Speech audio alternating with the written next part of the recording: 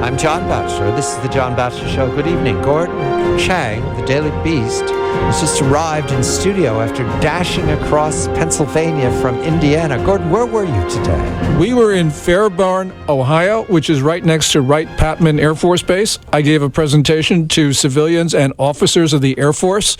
And after that, we made that mad dash across Ohio, West Virginia, Pennsylvania, New Jersey, and New York to get here 15 minutes to spare. 15 minutes. Well, Gordon, I was chatting with you in the middle of the afternoon, and I told my staff, listen, prepare for Gordon arriving at 9:10 saying, are we on air yet? And you made it with plenty of time. We had time to confer, so we're off to Asia. We've got the usual threat from the People's Republic of China, from Msci, and we'll discuss that at length. But right now we're going to begin with our friend Fraser Howie from Singapore, the co-author of Red Capital. Fraser, a very good morning to you. Gordon, the concerns of the Chinese economy, please. Yeah, the most important thing that's happened recently is, of course, we've had May numbers, which confirm the downward trend. But there was a very interesting development about 24 hours ago. Msci, which is the index provider, did not include China's A shares. Those are shares denominated in renminbi, did not include them in its emerging markets index. Everyone thought that they were going to be put in this year. And the reason why this is important is because last June, when MSCI did not include the A shares, there was within a week a collapse in the A share market. You had what? Fraser, you know the numbers, probably about a couple $1 trillion come out of China. This was really important last year. People are worried about what could happen this year now that MSCI has decided again not to include China. And Fraser, please explain the significance of MSCI in Asia. Okay, so MSCI, and good evening to you, gentlemen, and well done, Gordon, on your cross-country dash. The significance for MSCI is an index provider, is a very widely followed emerging market index, and this covers a slew of global emerging markets in all continents of the world. And not unsurprisingly, China wants to be represented in that. The Chinese domestic market wants to be represented in that. Not unreasonable. China, as we know, is a huge economy. The stock market's very large. But MSCI has a series of rules which basically says, if you want to be in our index, you need to play by these rules. And these rules focus on market access. Can I, as a foreigner, invest cleanly? Can I get my money out? Am I allowed to trade? Things like that.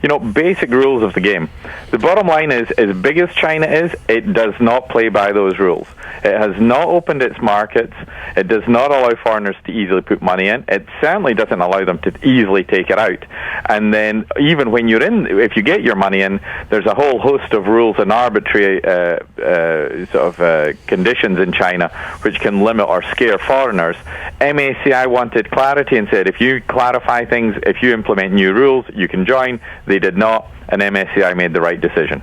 Yeah, Fraser, the important thing here is that MSCI required China to actually, as you say, play by the rules before it was given the benefit of being included in its emerging markets index.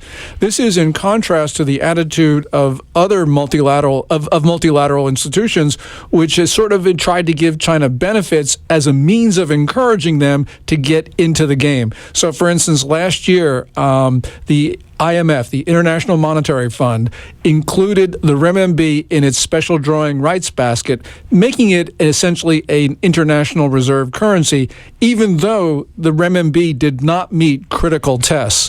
And what happened after the inclusion of the renminbi? Well, China went back on the reforms that it said that it was going to institute, and the renminbi now is less reformed than it was when the IMF made this decision.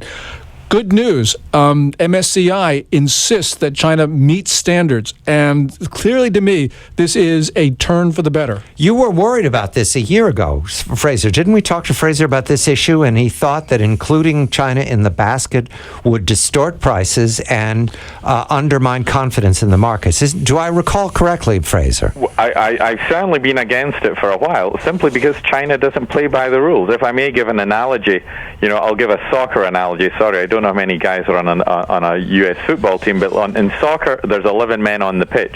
It's like China saying, yeah, we know it says 11 men, but we want to put 12 men on because we've got a big population. We're different. We're special. And MSCI has simply said, no, that's not how it works. We cannot go, we're a commercial company, we cannot go to our users, our subscribers who trust us to provide an index that's actually investable, and then say, invest in China when there are these uncertainties and when the playing field simply isn't level. I think it's a very good move. I just wish that many institutions or companies, governments, and others had taken the same strong approach with China. This isn't an anti-China thing, a contain China thing. This is simply, if you want to join this game, if you want to be involved in this, you play by the set rules. Everyone else can do it. Even Pakistan can do it. And in fact, Pakistan got readmitted to the emerging market index yesterday. A tiny market in comparison, yet Pakistan can play by the rules. China does not want. Gordon, is there an advantage to China to shortcut this? They certainly know everything that you and Fraser are speaking to tonight. What's the most cynical explanation of why China would ignore rules that it can comply with? I think Fraser put his finger on it, and that is essentially China can get away with it. So therefore they decided that they were not going, as Fraser says, play by the rules, essentially to meet certain requirements. I want to ask Fraser a question because this is a money issue, and that is, you had tens of billions of dollars go into A shares in the last month or so, in the anticipation that MSCI would include... What are A shares, Gordon? A shares are shares that are denominated in Chinese local currency that are essentially not available to foreigners. And one of the reasons why they were not included is because they're not really readily available to foreigners. And as Fraser says, you cannot necessarily get out once you've gotten in. But Fraser, you had a lot of money going into China on the anticipation that A shares would be included in the index. Now that it isn't, do you expect that money to come out? And how do you think this is going to affect the Chinese market? It's obviously a negative sign, but at the same time, the market did rally yesterday, and I think the feeling was that there was government buying pushing things up, a revenge rally, if you like. I think a lot of money was looking to go. Some money went in, I think a lot of money stayed in the sidelines in the hope that if it did go in, then we'll jump in. It's still negative. Look, I think it's not necessarily, it's not a death blow or anything with the Chinese market, but it's just yet another sign that the markets, the economy here, there is no good news on the horizon.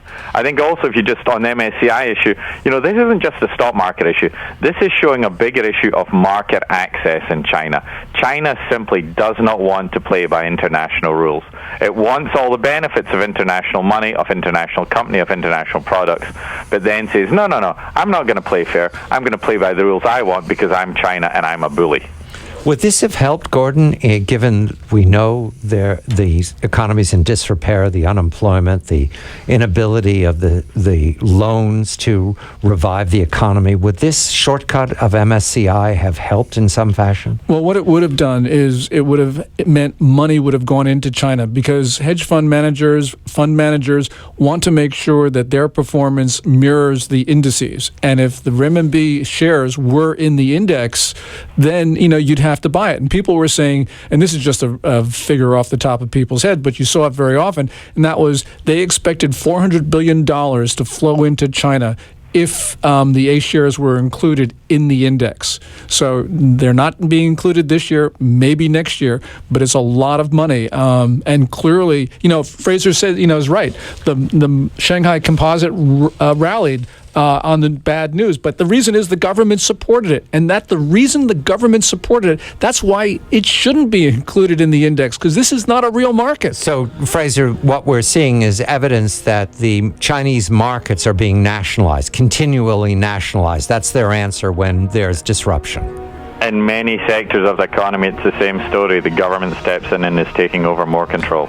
What was on its way to being a market economy, Gordon, is now reversed course? Absolutely reversed course. China now, its A-share market is less free, less liberalized than it was a year ago. Fraser Howie is the co-author of Red Capital.